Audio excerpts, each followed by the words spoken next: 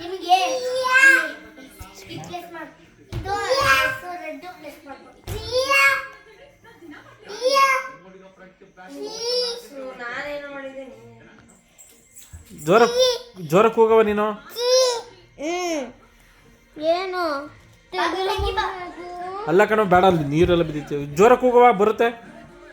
ಪ್ರಿಯಾ ಜೋರಾಗಿ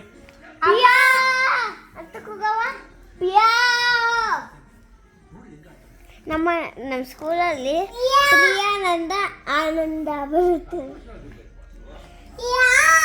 ಅರ್ಧ ಆಯ್ತು.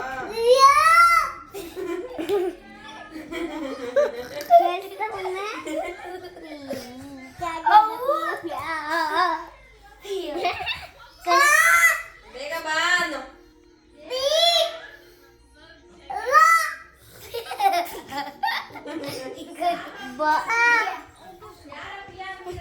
ಹಸು